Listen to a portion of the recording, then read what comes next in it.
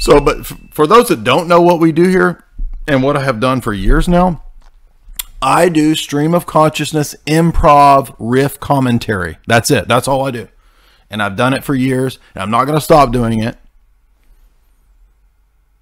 And I like to do trolls and pranks and jokes like fart videos just to throw everybody for a loop because you don't expect it. And I host and lecture on high IQ content. So I don't do just one thing. I'm not a one-dimensional. I'm not a 2D boy. I'm not a 1D boy. You can't smush me into being your 1D boy in your pocket, baby.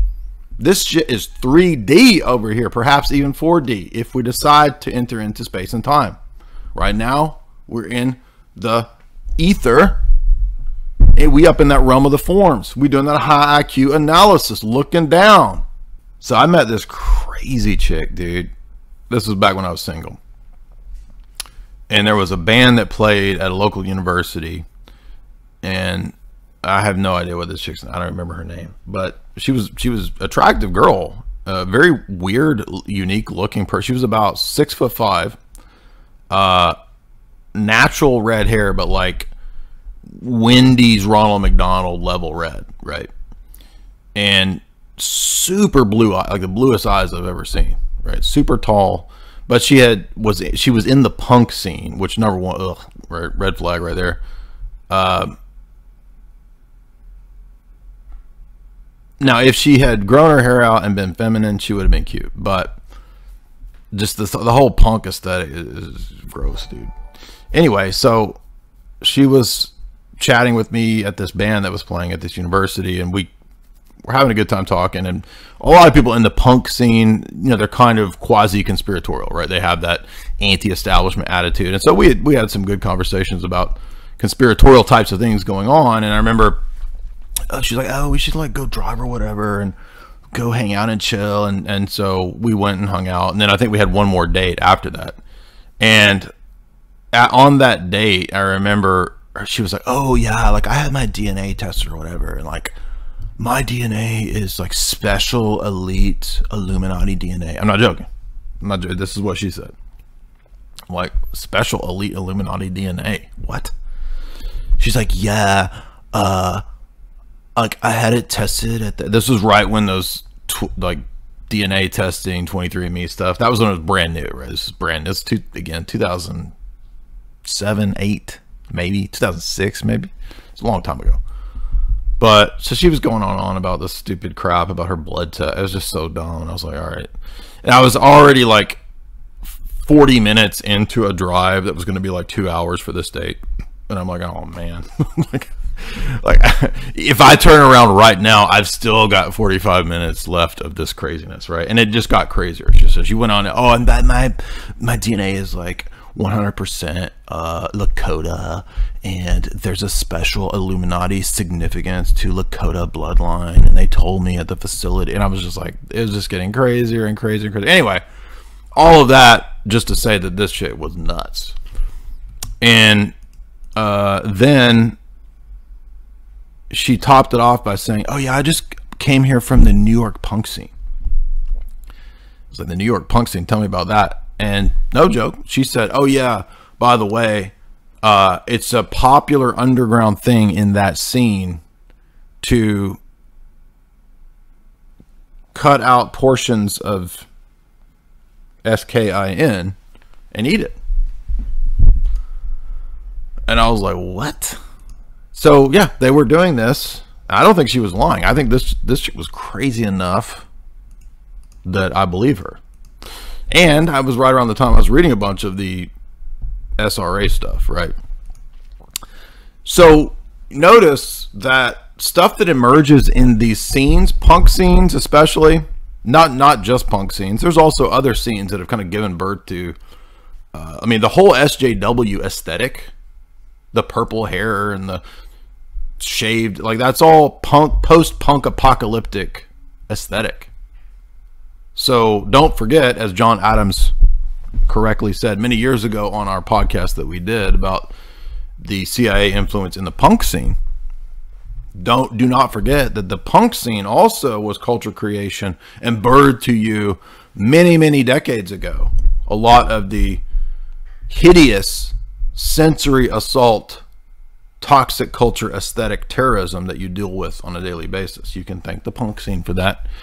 And no, I did not have another date with the crazy Lakota, 7 foot tall, blue-eyed, Ronald McDonald hair punk chick, but that's a true story. I should do a podcast where I just tell stories. I mean, I got a lot of crazy stories. But anyway, okay, that's enough of Megan. So you need an exorcist, Megan. That's what you need. That's what needs to be had right here. And thank you guys for those super chats. We're having fun. Pretty much appreciated. The super chats keep the show going. But I want to remind you, before we get to some of these Hollywood cult clips, guys, look, you need to get lit. How do you get lit? You get lit the right way, and that is through chocolate. Show sponsor. Jamie cannot get enough of this stuff. She drinks chocolate like every time I look at her, she's got a dang chocolate mustache, and I'm like, are you a Jersey housewife? Why are you growing a mustache? This is weird and gross. What's going on? Right? Have I been seeing and been married to James this whole time with a chocolate mustache? That was a joke. It was a joke. I know Jamie actually is not. Jamie is a she. She's not a 𝐉𝐚𝐻'𝐸.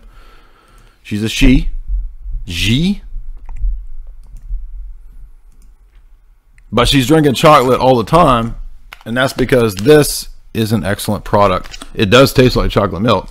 And that's because CHOQ has that straight up adaptogen from the rainforest.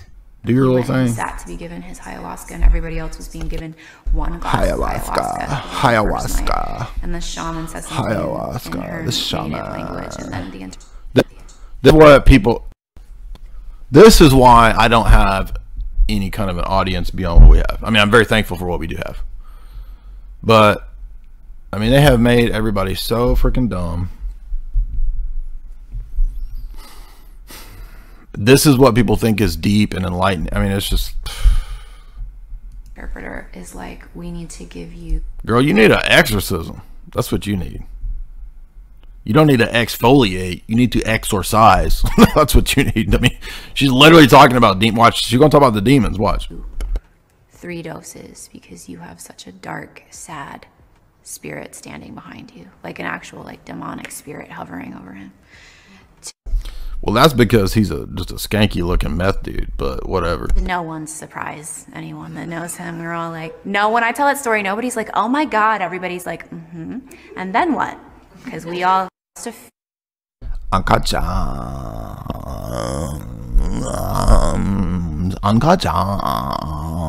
know that's not her, but they all remind me of the same thing, right? And then, to drink each other's blood might mislead people, or like people are imagining us with like God. Might mislead. I mean, that's weird, dude. That's not what people do. So a lot of this stuff, remember guys, is all just to normalize it. That's it. This stuff comes out and it's not edgy. It's just dumb and gross. And they say it's edgy, and there's how many people in this country? 300 million, 150 million zombie slugheads that just believe anything and repeat anything. Blitz, and we're like Game of Thrones drinking each other's blood. Game of Thrones drinking each other's blood. I want to drink some of that R.R. Martin blood right there. Get some diabetes pretty quick, right? Drinking that R.R. Martin on tap. Give me some of that George R.R. Martin on tap, baby. Or a little bit of that Joffrey. Let me get a little... I sound like Theo Von now. But get a little dose of that Joffrey. Let me get a little dose of that R.R. Martin. Right now, baby. Let me get a little dose of that Cersei. Perhaps I'm going to get a little draught of that short boy. Your boy Tyrion. Your boy Tyrion Lannister. Come on, that sounds like something. That's how Theo Von would tell the story, right? I should do a skit of just like how Theo Von tells any story, right? But God, come on, guys, y'all got to admit, it's pretty fun around here for improv. I mean, everything we do here is improv. Come on now, you got to admit it's kind of fun. It's kind of fun the way we do it here, a little bit. A lot of mean people on the internet out there just hurting people's feelings, just going around hurting feelings. A lot of just psychic vampires out there, just psychic vampires. It's just a few drops, but yes. Dude, it's still weird, girl. What you talking about? You don't drink people's blood. It's just dumb and gross and weird.